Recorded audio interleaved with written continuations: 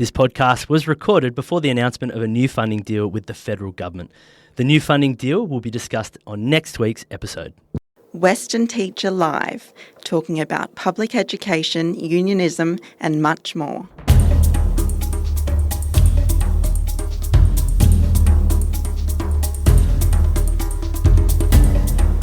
Hello and welcome to Western Teacher Live, the podcast of the State School Teachers Union of Western Australia. It is 2024 and we're back for more, and it's going to be a very, very big year for public education.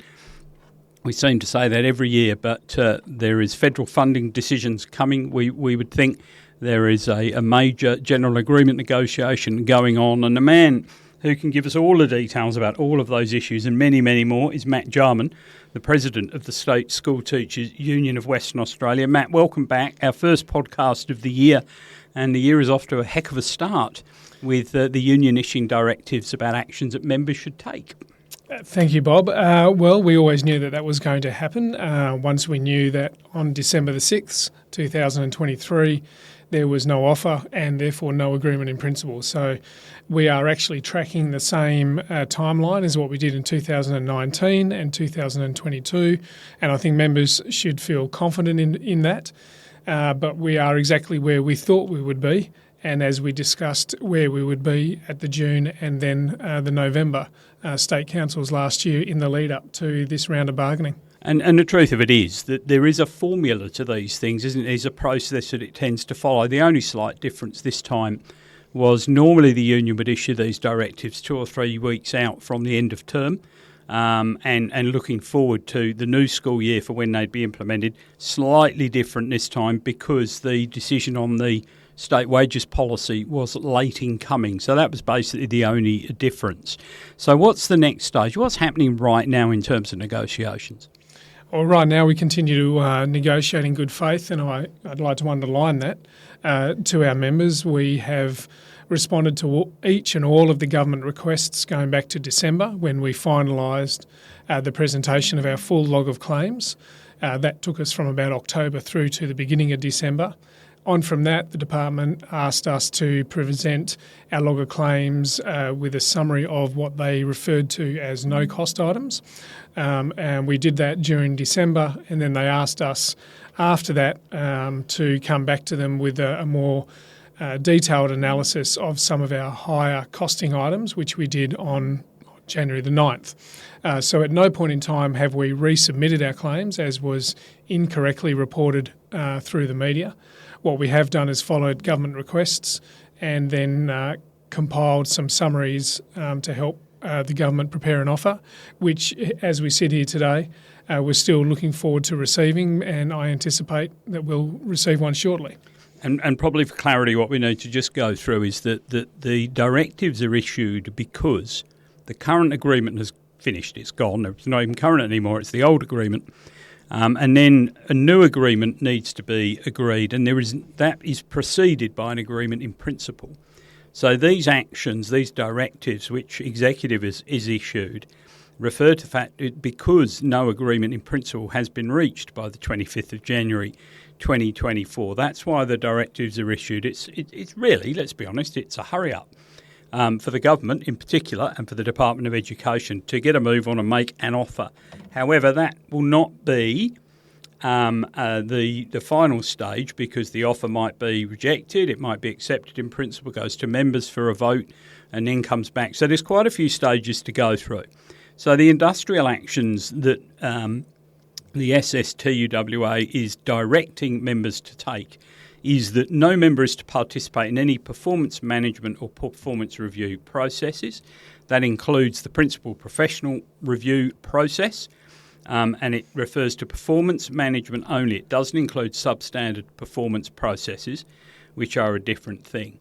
And the second part of the directive is members are not to attend any whole or part of staff meetings held in accordance with Clause 9.3 of the General Agreement, outside instructional hours, before, after school, during lunch or recess. For school leaders, this includes regional cluster and network meetings, and the third dot point is during dot time. Now, there are some important clarifications there. This does not include meetings called to manage critical events and it does not include School Development Day meetings.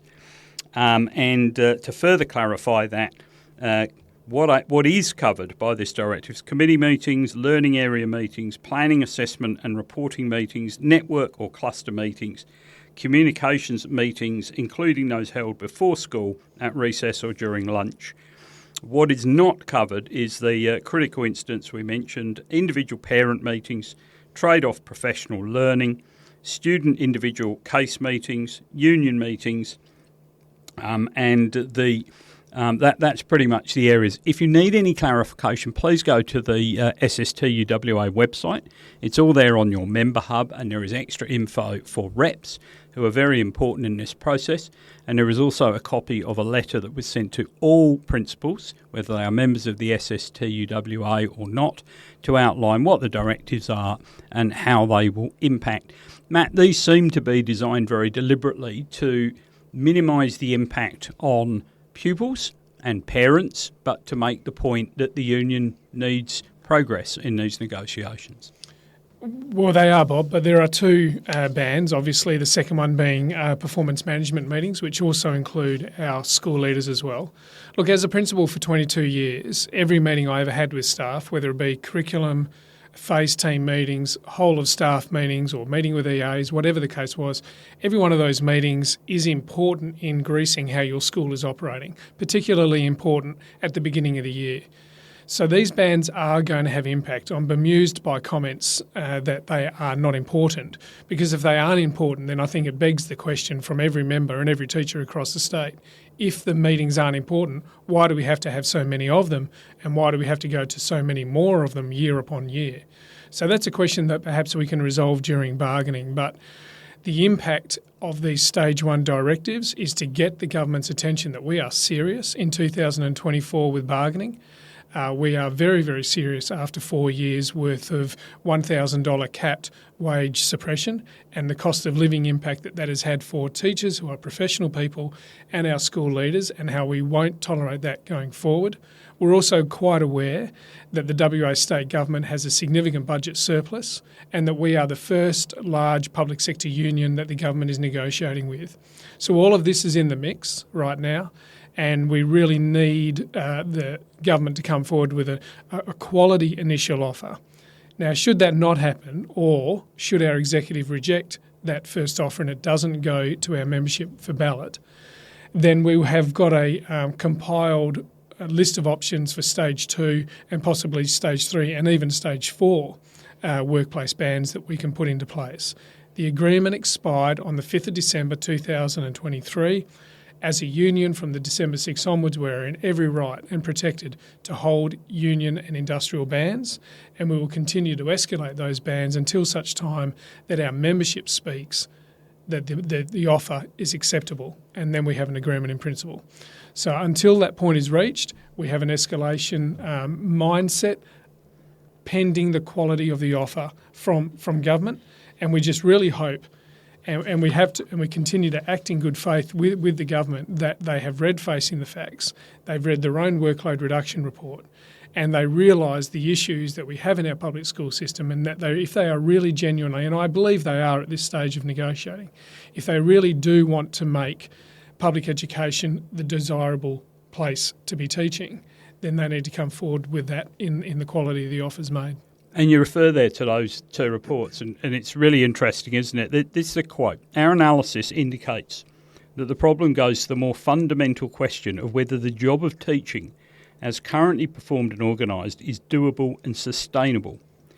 Now, that isn't the view of a union on behalf of its members or someone who's an outside critic or an outspoken critic of the public education system. That quote comes from Understanding and Reducing the Workload of Teachers and Leaders in Western Australian Public Schools, a report commissioned by the Department of Education.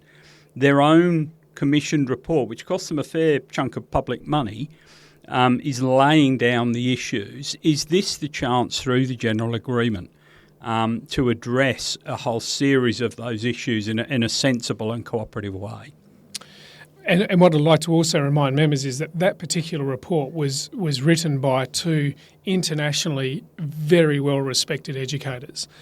So that isn't a report that should be taken lightly, nor should the Carman-Lawrence report. 46 recommendations in the Carman-Lawrence Facing the Facts report are effectively overlapped by the Minister's own report into workload reduction and what the problems are in our public education system. So it obviously leads us to the point where we say, well, if everything is saying the same, surely the government response is going to match that, is going to consider that, and is going to make sure that we do something about fixing education as we see it in our public schools. We will continue to work on facing the facts right up into and past the next state election.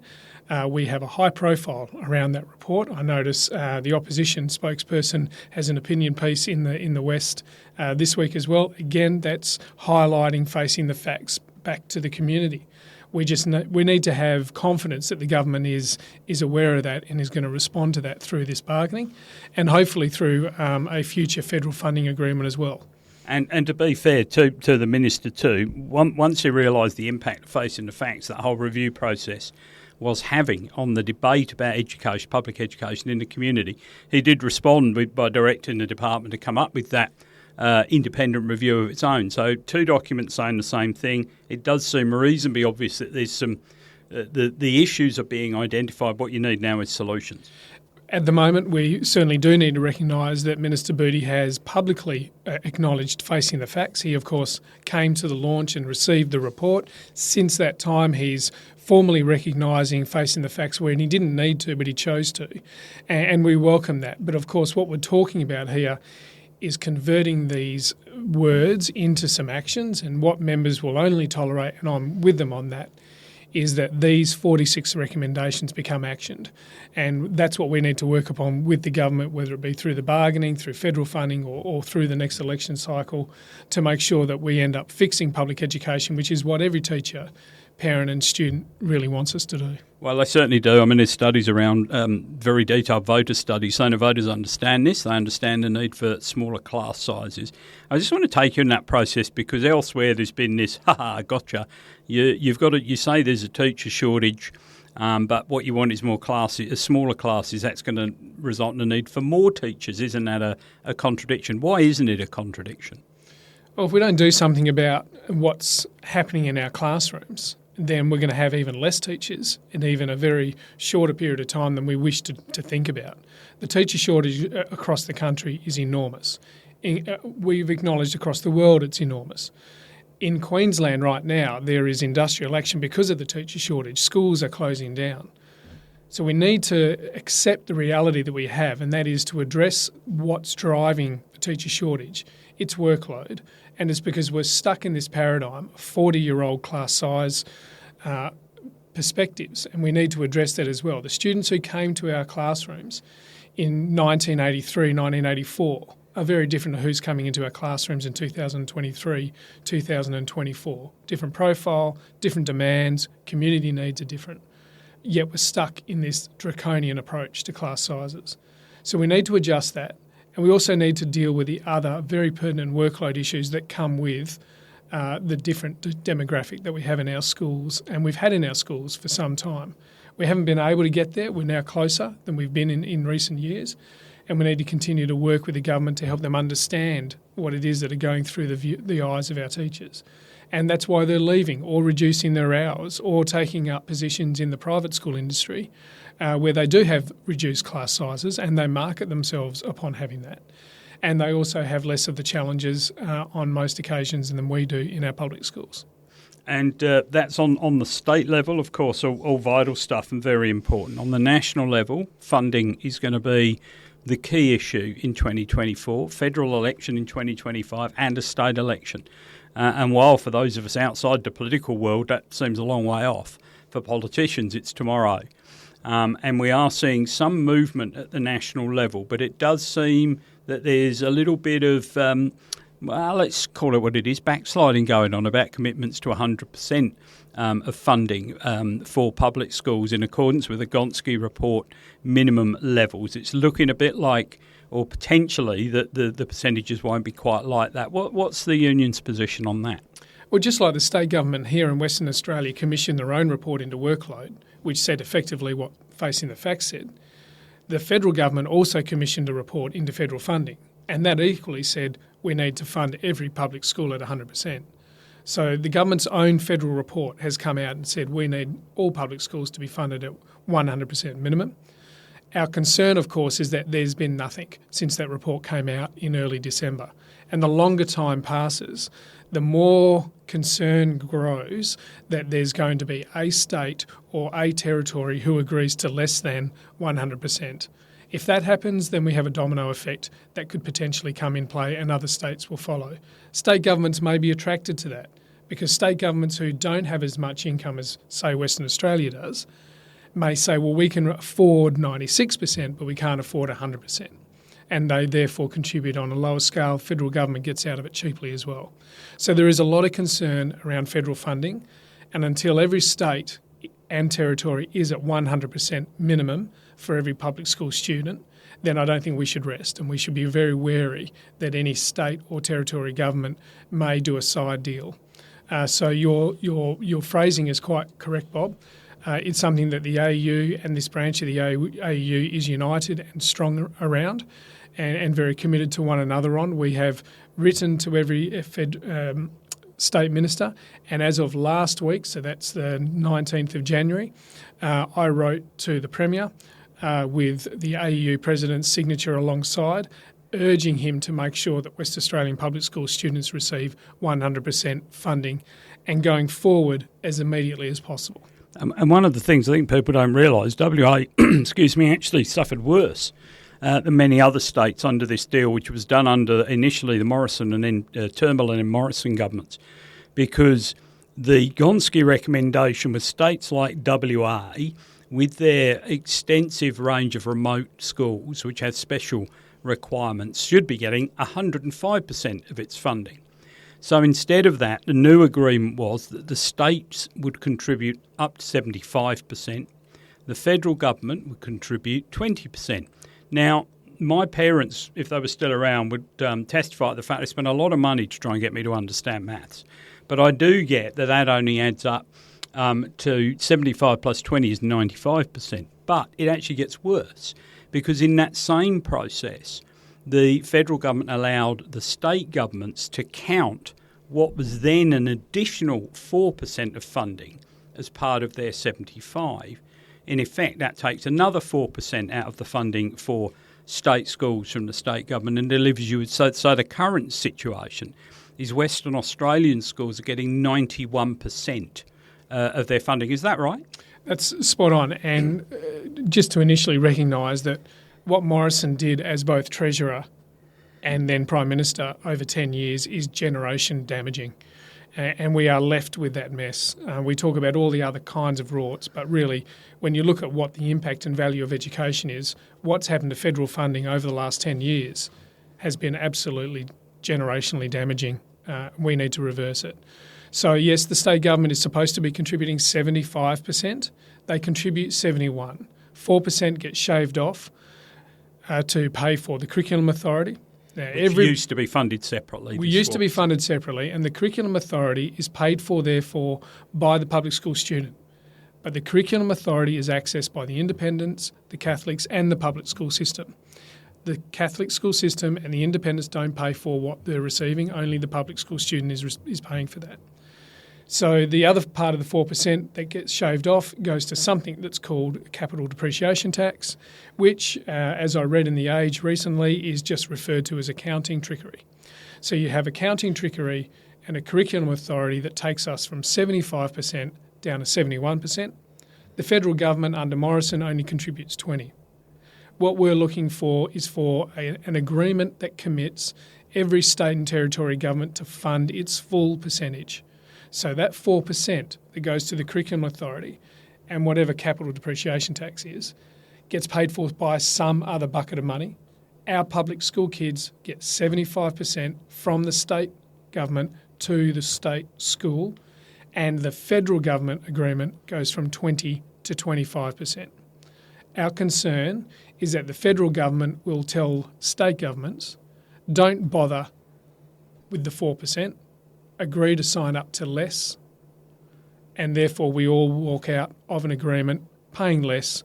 Yes, schools will still be short from 100%, but we've all got away with paying less. So I'm concerned that one of the directions this can go is that any state or territory government around may agree to such lower agreement options, and if that's the case, the AU is going to contest quite bitterly with the federal government, and we will be part of that through the branch. And the time frame for that, the original agreement was supposed to expire at the end of 2023, I think I'm correct in saying. In actual fact, that was then, not secretly, but certainly below the radar, was extended for a further 12 months. So that will not, that the current agreement, leaving schools so short of funding, won't even expire until the end of 2024. So there's plenty of time, though. The upside of that is there's lots of time for parents to get involved, lots of time for teachers to get involved, for school communities to get involved. What should they be doing, Matt, to make sure that their local, state and federal MP is aware of what's happening and of the urgent need to fix it? Well, we have members and we have non-members who have approached us and said we are sick to the core of where things are at with public education, and they've, on some occasions, some of those people have written to the local members and quoted Facing the Facts and asked the local members, what are you doing about this? And similarly, they've also written, once they've understood this, I've been invited to speak at various meetings around the state, to parent groups and all sorts of things. Once they understand the federal funding inequity, they then take action themselves, and that may include contacting the local or federal member. We can only ask and hope that kind of support, because what is at the core of all of this is this deeply simplistic model of inequity. The simple truth is the public school student is receiving about $1,800 per student less every single year than what the student attending the independent or private school is receiving. So my former primary school, with about 650 students, multiply that by 1,800 and you get into millions of dollars very quickly that local primary school should be receiving, that they're not getting, that the private or Catholic school is receiving. So it's a very, very simple model of inequity, and that's the damage that Morrison's caused, and that's what we're trying to reverse. We're not asking for more. It needs to be kept in mind we're asking for the same. It's absolutely galling to me that public school students, the most needy in many cases across our school and education system, don't even have the basic equity of the minimum standard. And you're correct. WA in the original Gonski funding, like the Northern Territory, was targeted for 105%, and the reason why we were 105% was because of the size of the state and the very small populations scattered across the state. That was the demographic feature that said WA should have 105%. And the interesting thing, isn't it, is that we're talking about all sorts of different efforts now to address what is the current buzz phrase, cost of living issues. And yet some parents feel compelled to pay $10,000 or $15,000 a term to send their kids to a private school, when the evidence would suggest that in a decent economic area with fully funded public schools, you would be able to deliver equal, if not better, results in the public school system as in the private school system. This could be the most effective cost of living measure the government could take to fully fund public education. And also recognition of the importance of education. Let the market decide. Fund all schools and all students onto the same level, and then let's see what the schools can do against each other. Because at the moment, public schools are holding their own and doing very well, winning and out-competing in many cases with far less funding. So let's see what happens. Let's see what happens to the overall education system when everybody is funded equally. And I think we'll end up very proud of the result. Public school teachers have been running the system using in-kind support for too long, and now we're starting to see them leaving in massive numbers, droves, to the point that the department doesn't want to reveal exactly what the teacher shortage is because it's too afraid of publicising the number. It must be 2,500 or more in 2024. Let the market decide, fund all schools equally, and then the results will flow. They certainly will, and of course you reference the teacher shortage and the driving motivation of the union at the moment is, isn't it? Keep the teachers we've got. Give them the sort of salary you need to retain them. Give them the sort of salary that you need to get back some of these recently retired teachers or people who've dropped their hours because they simply can't stand the workload any longer. Then start the process of getting people back in to the system who've left it. And then look to the longer term, which is trying to find new teachers and attract them in, because at the moment, even on a worldwide campaign, 100 teachers, which is great and it's welcome, but it's a drop in the ocean. Well, can you imagine any profession? It doesn't matter which one you think of. We often go to the immediate ones like medicine and law and things like that, but think of any profession where you lose your most experienced people and what that profession looks like quite quickly. We are losing the most experienced people, 50 years and over, not 60 and over, 50 and over. And they are no longer in the same sort of numbers in the staff room to provide that support, that experience and expertise to the undergraduates that are now starting to fill our classrooms. Any profession would suffer. We need to use our common sense and do whatever we can to keep those people. And the only way that I understand we're going to do that is through salaries, making sure that that is competitive on a national scale, and the conditions that we are expecting them to work by. Now, that can be addressed in this round of bargaining right now, and the profession will be better off for it. And I suppose the issue is that the government needs to understand, the governments, both state and federal, need to understand that currently teachers are underfunded, overworked, and they're over it. That's a lovely catch cry, and I wish everyone would put that on a T-shirt and walk around the shopping centre with it, because that's very much does summarise the exhaustion, and part of the exhaustion is why many people haven't returned to the classroom in 2024 that we had in 2022-23. Well, let's hope we can start to reverse that with the help of government and keeping up the good work. If you're an SSTUWA member, please make sure that you have not unsubscribed to our e-news. Understandable, when you get bombarded, we try to do one a week maximum. And so please make sure you're subscribed up to the e-news. That's where the latest information will be coming from. And it's all on our website at sstuwa.org.au. Matt Jarman, it's going to be a very busy year for you. Thank you very much for joining us on Western Teacher Live. Thanks, Bob. Are you aware of your SSTUWA member benefits? We've got you covered on a range of member benefits, from entertainment to insurance and legal. Check out our benefits hub via sstuwa.org.au/benefits.